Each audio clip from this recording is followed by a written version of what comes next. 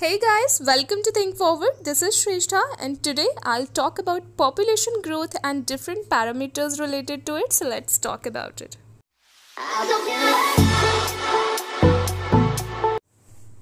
So guys यहाँ पे हम बात करेंगे पॉपुलेशन ग्रोथ के बारे में। प्रीवियस वीडियो में मैंने पॉपुलेशन एट्रीब्यूट्स के बारे में डिस्कस किया था। तो पॉपुलेशन ग्रोथ के बारे में यहाँ पे हम देखेंगे कि पॉपुलेशन किन किन पैरामीटर्स पे डिपेंड करती है। जैसा कि हम जानते हैं कि पॉपुलेशन कोई एक स्टैटिक पैरामीटर नहीं होता है, मतलब कोई स्थिर चीज़ नहीं है, ठीक है। तो ये मतलब डिपेंड करता है कि क्या क्या रिसोर्सेज पे ये डिपेंड करती है, जैसे कि फूड अवेलेबिलिटी है, प्रेडेशन प्रेशर है और एडवर्स वेदर है। तो फूड जो पॉपुलेशन होती है वो किन किन चीज़ों पे डिपेंड करती है। अगर फूड की अवेलेबिलिटी अच्छी खासी मिल रही है तो पॉपुलेशन वहाँ पे फ्लरिश करती है, लेकिन अगर वहाँ पे फूड की अवेलेबिलिटी ज़्यादा नहीं है, फूड की स्कैर्सिटी है, तो फिर वहाँ पे पॉपुलेशन क्या होता है, डिक्लाइन होना शुरू हो जाती है। उसके अलावा प्रेडेशन प्रेशर भी होता है। Predation pressure in the sense कि जो हायर एनिमल ग्रुप्स के जो एनिमल्स होते हैं मेनली, वो क्या करते हैं, लोअर एनिमल्स पर अटैक करके उनको ईट कर लेते हैं या फिर उनका मतलब किल कर देते हैं।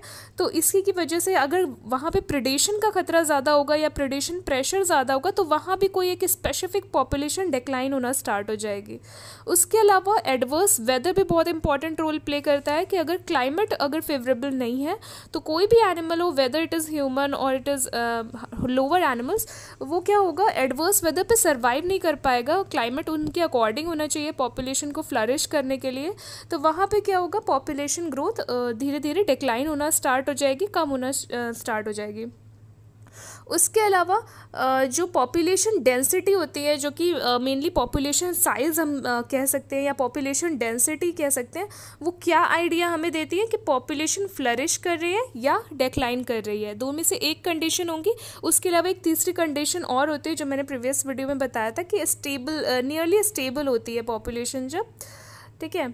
तो उसमें क्या होता है, प्री रिप्रोडक्टिव एज ग्रुप्स के लोग जो होते हैं और प्री रिप्रोडक्टिव और पोस्ट रिप्रोडक्टिव तीनों एज ग्रुप्स के जो लोग होते हैं वो ऑलमोस्ट इक्वल अमाउंट में, इक्वल रेशियो में होते हैं। तो वहाँ पे कैसी पॉपुलेशन होती है, स्टेबल पॉपुलेशन होती है। लेकिन वहाँ की हम बात नहीं कर रहे हैं, हम बात कर रहे हैं पॉपुलेशन ग्रोथ किन किन पैरामीटर्स पर डिपेंड करती है, क्योंकि ये एक स्टैटिक पैरामीटर नहीं होता है, it keeps changing in time depending on various factors. Okay, so factors के बारे में यहाँ पे हमने डिस्कस किया। उसके अलावा जो प्रीवियस वीडियो में मैंने एक बार डिस्कस कर चुकी हूँ, तो यहाँ पे रिकॉल करवा दे रही हूँ कि यहाँ पे अगर एक्सपैंडिंग पॉपुलेशन कब होगी, जब पोस्ट रिप्रोडक्टिव एज ग्रुप के लोग कम होंगे और प्री रिप्रोडक्टिव एज ग्रुप्स के लोग ज़्यादा होंगे। Pre reproductive in the sense कि बर्थ रेट वहाँ पे ज़्यादा है और डेथ रेट कम है, ठीक है। तो वहाँ पे क्या होगी, कैसी पॉपुलेशन होगी, एक्सपैंडिंग पॉपुलेशन होगी, यानी कि पॉपुलेशन ग्रोथ इंक्रीज कर रही है, यानी कि पॉपुलेशन साइज, जो पॉपुलेशन डेंसिटी जो आपकी है वो इंक्रीज करती जा रही है टाइम के साथ। फिर यहाँ पे मैंने अभी जिक्र किया कि स्टेबल पॉपुलेशन क्या होती है। स्टेबल पॉपुलेशन में प्री रिप्रोडक्टिव और पोस्ट रिप्रोडक्टिव तीनों एज ग्रुप्स के लोग ऑलमोस्ट इक्वल रेशियो में होते हैं। तो यहाँ पे स्टेबल पॉपुलेशन नियरली कहा जा सकता है।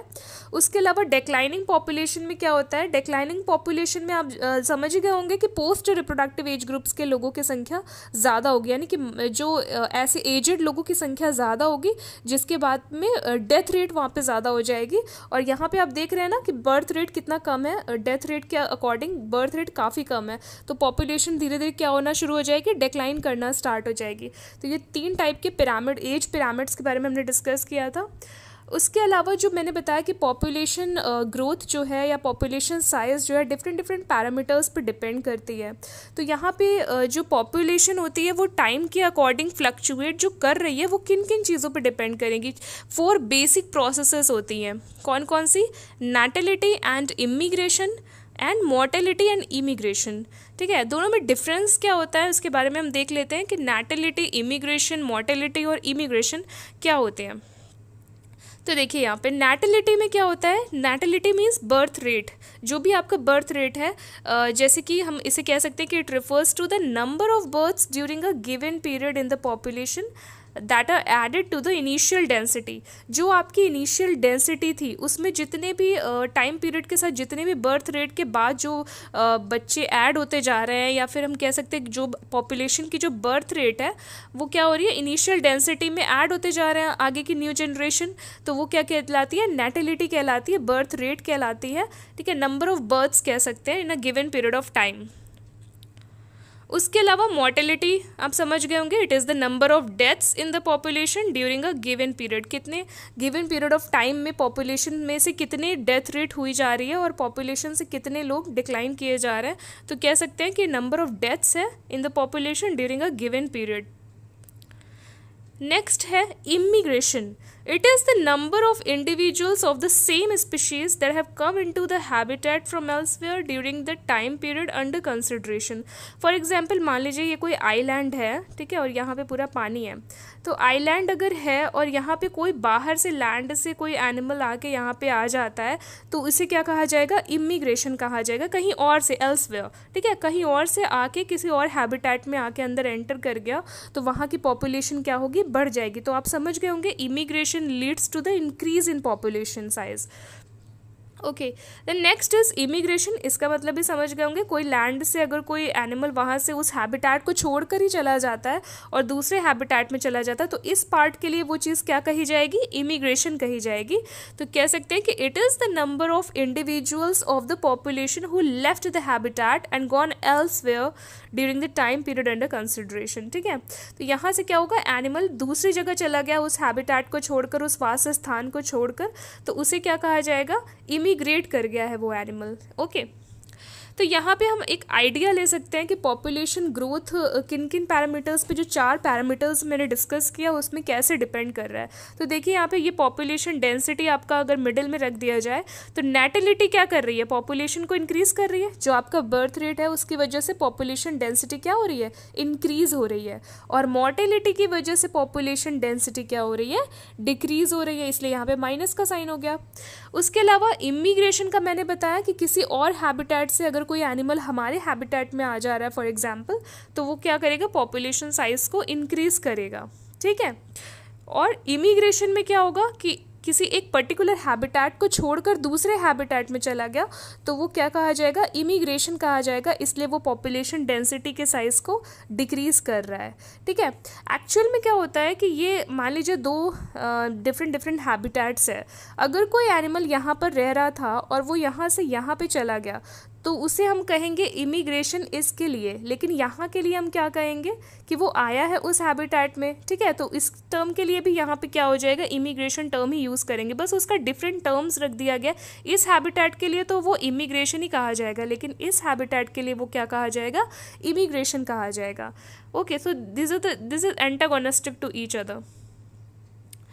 अगर हम बात करें कि n पॉपुलेशन डेंसिटी मान लिया जाए, अगर n पॉपुलेशन डेंसिटी है किसी गिवन टाइम t पर, स्मॉल t होगा यहाँ पे, किसी स्मॉल टाइम t पर क्या होगा, पॉपुलेशन डेंसिटी अगर n मान लिया जाए तो अगर उससे 1 प्लस कर दिया जाए, टाइम उससे थोड़ा सा भी ज़्यादा हो गया, तब क्या होगी डेंसिटी, तो यहाँ पे क्या होगा, अगर उससे थोड़ा सा भी टाइम ज़्यादा हो गया, मान लीजिए कोई टाइम फॉर एग्जांपल t+1 हो गया, तो वहाँ पे पॉपुलेशन डेंसिटी क्या हो जाएगी, nt, यानी कि t टाइम पर जो पॉपुलेशन डेंसिटी थी उसको भी जोड़ना पड़ेगा, plus birth rate plus immigration minus death rate plus immigration. ठीक है, बर्थ रेट साइज को इंक्रीज करती है पॉपुलेशन साइज को, और इमिग्रेशन भी पॉपुलेशन साइज को इंक्रीज करने का काम करता है, जबकि डेथ रेट और इमिग्रेशन क्या करता है, साइज को डिक्रीज करने का काम करता है।